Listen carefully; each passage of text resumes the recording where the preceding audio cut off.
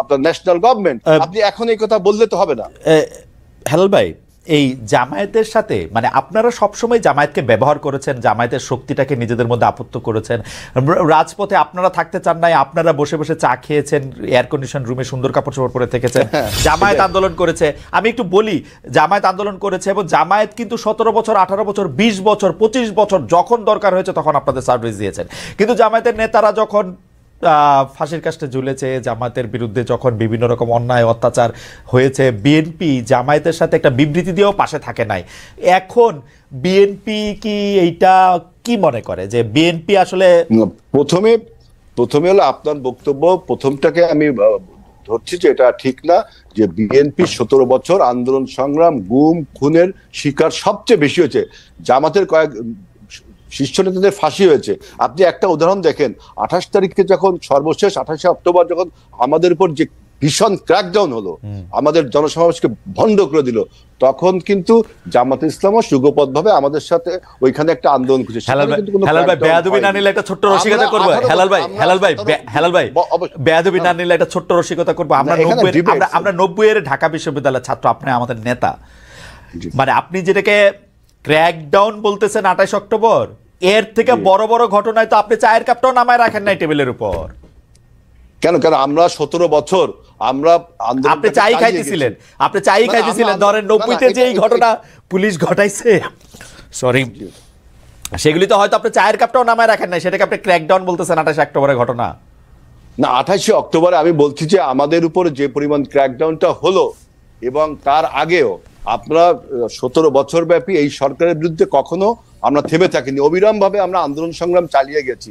আমাদের গুম খুন কত হয়েছে দেখেন। এই আপনার লাস্ট যে 34 দিনের যে আন্দোলনে এই সরকার পতন হলো, সেখানেও আমাদের প্রায় 150 নেতাকর্মীকে হত্যা করা হয়েছে এবং এ পর্যন্ত আমাদের বিএনপির 29 লাখ নেতাকর্মীর নামে আপনার মিথ্যা মামলা দেওয়া হয়েছে। কত ইলিয়াস আলীর মতো একজন ছাত্র নেতাকে গুম করেছে, চৌধুরী আলমকে গুম করেছে, কত লোককে গুম করেছে, খুন করেছে। এগুলি তো বহুবার বলা হয়েছে, কিন্তু হেলাল ভাই আমি আপনার কনসেন্সাসের কাছে একটা প্রশ্ন করতে চাই। আমি আপনার কনসেন্সাসের কাছে প্রশ্ন বলেন যে চায়ের কাপ, আমরা যখন বলছেন যে আমরা এসি রুমে ছিলাম তখন প্রতিবাদটা করি যে আমরা 17 বছর আন্দোলন সংগ্রাম করলাম, ঘর ছাড়া বাড়ি ছাড়া হলাম।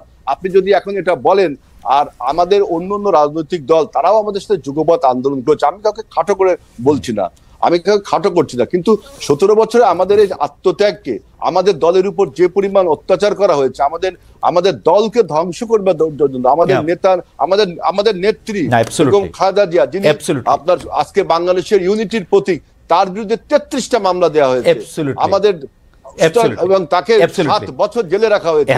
আমাদের কে হয়েছে?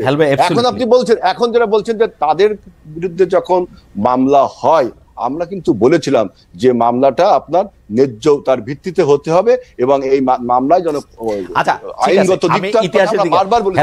অথচ দেখেন 111-এ যখন আমাদের নেতাদেরকে গ্রেফতার করা হলো, তখন কিন্তু আমরা আমাদের সহযোগী, আমাদের জোট সঙ্গীত থেকে আমরাও কোনো বিবৃতি পাইনি। এটা আমি বলতে চাচ্ছি না, আপনি বলছেন তাই।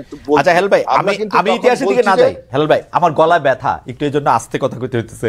এই যে ইতিহাসের দিকে না যাই, ব্যাপারটা কি বিএনপির আচরণ থেকে কি এইটা মনে হয় না যে ডেফিনেটলি বিএনপি বাংলাদেশের সবচেয়ে বড় রাজনৈতিক দল, এখন আবার আওয়ামী লীগ অনুপস্থিত, তার মানে হচ্ছে বাংলাদেশে যদি এখন ইলেকশন হয় বিএনপি 280টার বেশি সিট পাবে, এটা আমি নর্মালি বুঝতে পারি। তো বিএনপি এখন 280টার বেশি সিট পাবে, বিএনপি অস্থির হয়ে গেছে যে বিএনপি 280 সিট পায় এসে তারেক সাহেব এসে প্রধানমন্ত্রী হবে, বেগম জিয়া যদি রাজনীতিতে থাকতে চান প্রেসিডেন্ট হবেন বা অন্য কোনো কিছু হবেন, জনাব আজিজুল বারী হেলাল বড় একজন মন্ত্রী হবেন, বা কি হবেন আমি জানি না। এবং এইটার জন্যই অস্থির হয়ে গেছেন, যেইটার এই জন্য যখনই আমরা সংস্কারের কথা বলি, যখন আমরা বলি আমরা কি একই জায়গায় আসব, তখন আপনারা এটা পছন্দ করেন না। যখন এইটার মধ্যে এটা বলা হয় যে ভাই আপনাদের সঙ্গে তো জামাত ছিল, আপনাদের সঙ্গে তো বাম দল ছিল, জনাব সাকি ছিল, জনাব নূর ছিল, এগুলি কথা শুনলেও আপনাদেরকে কষ্ট লাগে। আপনার উপর থেকে দেখেন হ্যাঁ তোমাদেরকে দিয়ে দিব না 5-10টা আসন, এরকম একটা ভাব আপনাদের, তাই না হেলাল ভাই? এইটা আপনি বলছেন, এর কোনো সোর্স আমি জানি না, সোর্স থেকে আপনি বলছেন। আপনি যে বলছেন অস্থির, আমরা অস্থির হবো কারণ সমস্ত রাজনৈতিক দল, জামাত ইসলামকে নির্বাচন চাচ্ছে না, বাম সংগঠনগুলোকে নির্বাচন চাচ্ছে না। আর আমরা রাজনৈতিক অভিজ্ঞতা থেকে বলছি যে আপনি 111-এর সময় আপনি দেখেন যেই সরকারটা 2 বছর অন্যায়ভাবে ক্ষমতায় থাকলো, 3 মাসের সরকার 2 বছর থাকলো, সেই 2 বছর থাকার ফলে যে 17 বছরের একটা ফ্যাসিবাদ তৈরি হয়েছিল, সেই 17 বছরের ফ্যাসিবাদকে তাড়াতে কত রক্ত এবং সংগ্রামের প্রয়োজন হলো। আবার কি আমরা দেখতে পাচ্ছি যে আবারও যদি এরকম, এই সরকারের মেয়াদ এখনো অনিশ্চিত, আপনারা যদি এরকম এবং এই সরকারের মধ্যে আপনার 111-এর কুশীলবরা কিন্তু রয়ে গেছে এবং ফ্যাসিবাদের কুশীলবরা রয়ে গেছে। এখন তারা আপনার তাদের মেয়াদটাও এখন পরিষ্কার করে বলছে না। সুতরাং আবারও কি আবার খুব পরিষ্কার করে বলছে, খুব পরিষ্কার দুটো ডেট যেখানে বলেন, দুটো ডেট যেখানে বলেন, দুটো ডেট না বলছেন হেলাল ভাই, একটা ইয়া বলছে যে মানে হয় ডিসেম্বর থেকে জানুয়ারি জুন পর্যন্ত, একটা এটাকে স্প্যান বলছে, আইদার অর মিন্স আইদার আর অর না রে ভাই। যখন এটা জানুয়ারিতে সময় হলে জানুয়ারি, ফেব্রুয়ারি। এখানে আরেকটা কথা বলছে যে জরুরি সংস্কার কমিশন যে সমস্ত প্রস্তাব দিছে সেইগুলো যদি রাজনীতিবিদরা না মানে তাহলে তিনি নির্বাচনে যাবে। তাহলে আমার প্রশ্ন, আপনার এই পণ্ডশ্রম কেন? রাজনীতিবিদরা যদি না মানে তাহলে আপনি নির্বাচনে যাবেন, তাহলে এই সময় ক্ষেপণ করছেন কেন? সময় ক্ষেপণ করে আপনি বাংলাদেশের স্থিতিশীলতাকে নষ্ট করে এই আমি আসতেছি হেলাল ভাই, আমি আপনার কাছে আসবো, আমি আপনার কাছে আসবো। আমি একটু মাসুদ ভাইয়ের কাছে যাই। মাসুদ ভাইয়ের কাছে যাওয়ার আগে দর্শকদের কাছে একটা প্রশ্ন করছিলাম যে আমাদের রিজভী ভাই, আমাদেরও মানে আমাদের আরেক নেতা, বিএনপি নেতা, তিনি এখন জনাব রুহুল কবির রিজভী মন্তব্য করেছিলেন যে সব শিক্ষা প্রতিষ্ঠানকে জামায়াতিকরণ করা হয়েছে। সেইটা সঠিক বলে মনে করেন কিনা? শতকরা 41% মনে করেন যে হ্যাঁ সেটা সঠিক, শতকরা 59% দর্শক মনে করেন যেটা সঠিক না। 61,000 দর্শক এর মধ্যে ভোট দিয়েছেন। ইন্টারেস্টিং। আমি জনাব শফিকুল ইসলাম মাসুদ আপনার কাছে সরাসরি যেতে চাই যে বর্তমান উপদেষ্টাদের মধ্যে মাসুদ ভাই কতজন আপনাদের লোক? খালিদ ভাই, দুটো বিষয় একটু আপনার অনুমতি নিয়ে বলি। একটা হচ্ছে যে অন্তর্বর্তীকালীন সরকারের ব্যাপারে একটু আগে যে আলোচনাটা হলো যে ব্যর্থতা বা ওনাদের দায়বদ্ধতার প্রসঙ্গটা, আন্দোলন একটার পর একটা আসছে। আসলে দেখেন, এই 17 বছরের মাঝে তো নানান বঞ্চনা ছিল মানুষের। সেখানে সরকার কিন্তু এই মাত্র 6 মাসে 136টা আন্দোলনকে তারা মোকাবেলা করেছে এবং সেটাতে ফেস করেছে তারা। দ্বিতীয় হচ্ছে যে যেটা বলা হচ্ছে যে একদল ভারতে পালিয়েছে আর একদল পরাজিত হয়েছে। এখন যদি আমরা এটা জনগণের কথা যদি বলি, যে জনগণ তো এখন এটাও বলে যে একদল তো এখনো লন্ডনে আছে এবং আর একদল তো এখন এই দেশে বসে তারা ভারতের কোলে এতটা ঢলে পড়েছে যে বিগত 17 বছরের সরকার যা যা বলেছে এখন তারা ঠিক সেই কথাগুলোই, জামাতিকরণ হয়ে গেছে, আবুল বারাকাত সাহেব যেভাবে বলতেন, ব্যাংক জামাতিকরণ হয়ে গেছে, শিক্ষা প্রতিষ্ঠান জামাতিকরণ হয়ে গেছে।